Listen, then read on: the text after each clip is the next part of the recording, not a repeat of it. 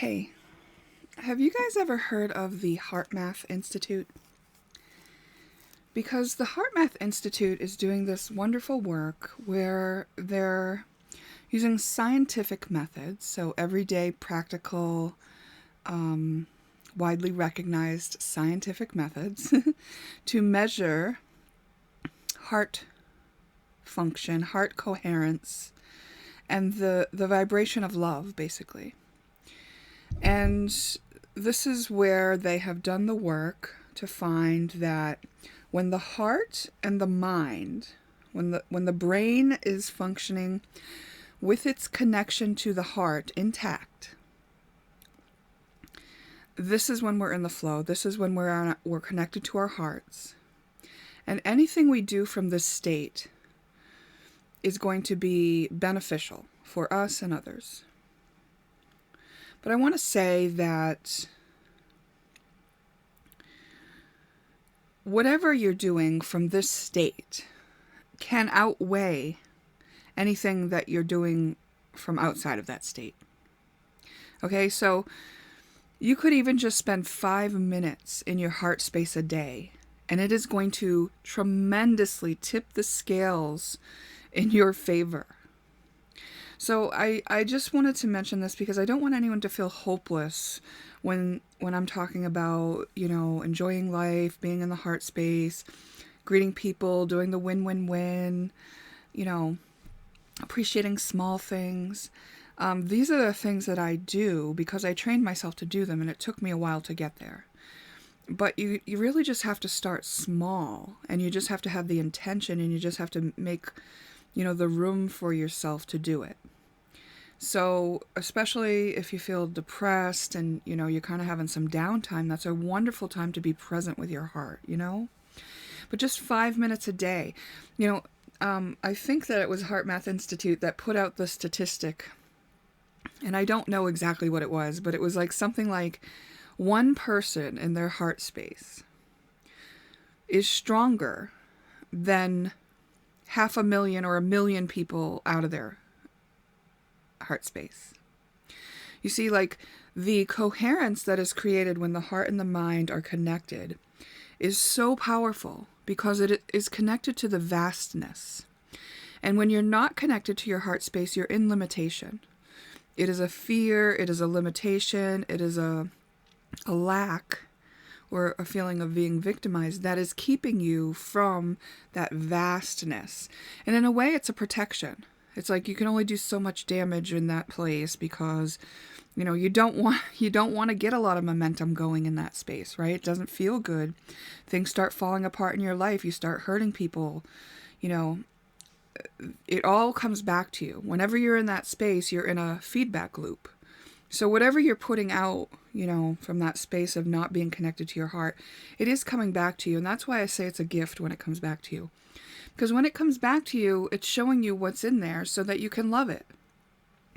So when you get into that heart space, you're not operating in those kind of limitations anymore. And sometimes you get popped back out to deal with the limitations again. But then you just deal with it, and then you make that a space where you're free from limitations too.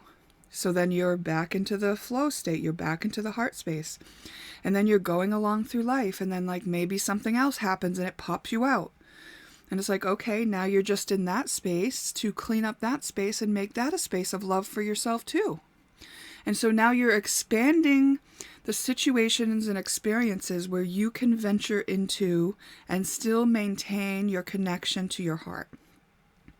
And that's really what shadow work is. It's just expanding the space where you can venture in your life and still be connected to your heart and still be in love with life and still see everything as a gift. So it's worth doing it in the small increments and then just facing what's ever in front of you, because what you're doing is just making your expanding your ease at which what kind of experience you can still be in your heart. If there's a tragedy and you can remain in your heart space, what you're doing is you're holding space for people who may be in suffering, who may be having a difficult time, and you're open to solutions. You're in the space where all solutions exist. So you can kind of best see how you could contribute in the most helpful manner. And if your hands are, are tied, basically, if you don't have a practical means, being in your heart-centered space to hold space for them and having faith that they will come through the experience with everything they need and how they are meant to in the highest good of all is what you do. Like, that in itself is a beautiful, powerful thing, especially according to that statistic, which I didn't get exactly, but the fact that one in their heart space holds a resonance stronger than many, many, many who are not. So just little baby steps are worth it. That's what I wanted to say about it. Okay. So I'm getting to the end of my transference of the astrology oracle, the beautiful, wonderful astrology oracle that has served me so well, not only to help whoever has been watching the videos, if it's helped you, wonderful, but it's helped me. It's helped me so much, and I've worked with it with clients, and I've done great readings where it just, people are like, you knew all that? You just pulled that right out? Like, I pulled it out in front of them, and they're just like, whoa, People are astounded that their personal story can come out of a box full of words. But these words all represent an energy, and sometimes the same ticket can be read in a different way, because it's tied to energy, and it might have a couple different meanings, just like some of the words in our vocabulary do. Okay, so I'm having an excitement as I get to the end of it. This is what's left for me to copy over. So I thought I would just do this for a little bit before I continue on with my day. Again, I'm just shuffling these, so if you see any words stand out to you, you might want to reflect on them.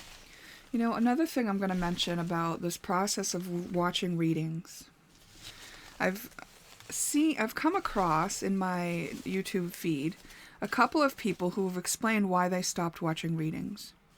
And I think that's so important. And I think the reasons, I've watched a couple videos on it now when I saw them, because I was curious. I wanted to know what these people were experiencing that made them want to run away.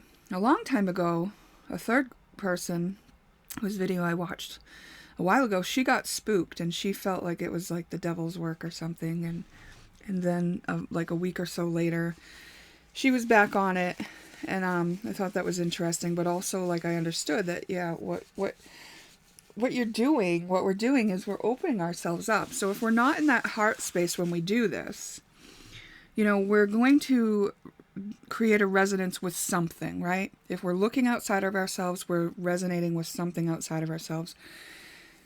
In this case, I've spent time in the past sleeping with the bucket on my bed and things like that to be really attuned with this bucket, So certainly my biases come through when I read this energy. That's going to be the case for any reader, okay?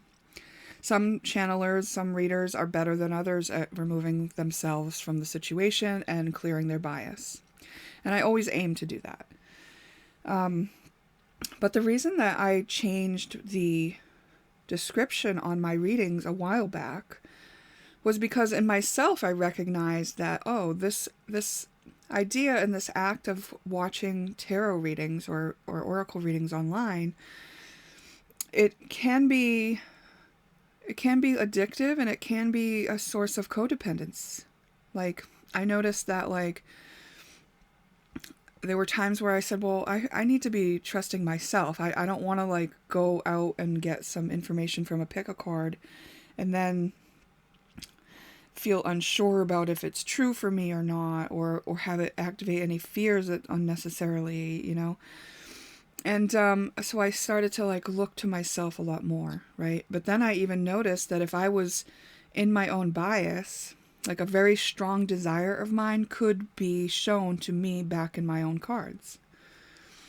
So it wasn't going to be from the flow state if I wasn't able to spend a significant amount of time in the flow state. and specifically connect to that before I use them. So regarding the people who decided that they didn't want to watch tarot readings anymore, it was for those reasons as well. It was that they found themselves getting like the dopamine hit from getting the assistance, from having the reassurance, but both admitted that they did grow and learn through the process, that it did help them learn about themselves. So what it really meant to me was that there came a time where they outgrew it, where they realized, okay, I've gotten what I needed from this, and now I also need to make sure that I'm supporting myself. So I just want to invite us all to check in with ourselves and make sure that there isn't kind of this codependent relationship between us. And I think I really have done a lot in the way of avoiding that, or attempting to avoid that, when I explain that I'm offering information to reflect on, that you are using your own intuition to decide. And that's ultimately what you feel in response to what I'm saying. And sometimes what you feel might be that that's not for you. And it's always you that you should trust. Whenever I'm offering a reading, definitely, not all the time, but definitely there have been times in my spiritual journey where I had to go, not necessarily cards, but a couple times it has happened on cards, but I learned this lesson before cards, so it was easy for me to discern in the cards too. But where I had to say, even though this is a spiritual advice, and even though a lot of other people are doing it and living by it, this doesn't pertain to me. This isn't for me. And all that's okay and appropriate, because we are all different. We are drawn to things, and if we've set up our operating system that in a way that says, I'm drawn to, show me the things that are helpful to me, and then we're drawn to it at reading, in that case, that is a much more appropriate way to approach this. But I do understand that readings are often going to be approached at times of struggle and times of depression, and so I am often very careful with that, but maybe not careful enough sometimes, because I do offer it in a very blunt way, so you do kind of have to have the tools and the skills and the willingness to work through your shadow when you participate in these readings. But I try not to leave people hanging. If we identify a shadow, I try to kind of remind you what to do with it, because that's one of the things that happens, is when we're activated in a wound, we sometimes forget the tools that we have. So that's a good way to use my readings as well, is to let yourself be activated, but to know that you're going to use the tools you have to work through it, if that is the case, and if that does happen. I do enjoy offering readings that give some reassurance, but I just don't think my readings often come out that way. Not a lot of fluff in my readings, I've noticed. And I think that has to do with the nature of who I am and how I am, and, some of my biases, yes, but who I am on a soul level as well, because I just really, I like to be efficient, and I like to use all opportunities to their highest good for all. And I'm not particularly hung up on being liked anymore, And I understand that sometimes it's important for a good friend to poke you, Sometimes it's important for a good friend to show you yourself back to yourself and let you see what they see. Because if you have a friendship that everyone's walking on eggshells and no one will tell each other the truth about how they really feel, that's not really a friendship, is it? That seems very shallow, and I just don't understand that, That's not who I am, and that's not how I want to be. Absolutely, there is room for being polite and being kind and respecting people when they want their privacy on issues. So that I totally understand as well. So I guess I just wanted to blab about that issue of where codependency can kind of develop on a use of a pick a card reading. But when we're in our heart space and we are drawn to a reading, wonderful. If we are struggling and we are drawn to a reading and it helps us, wonderful.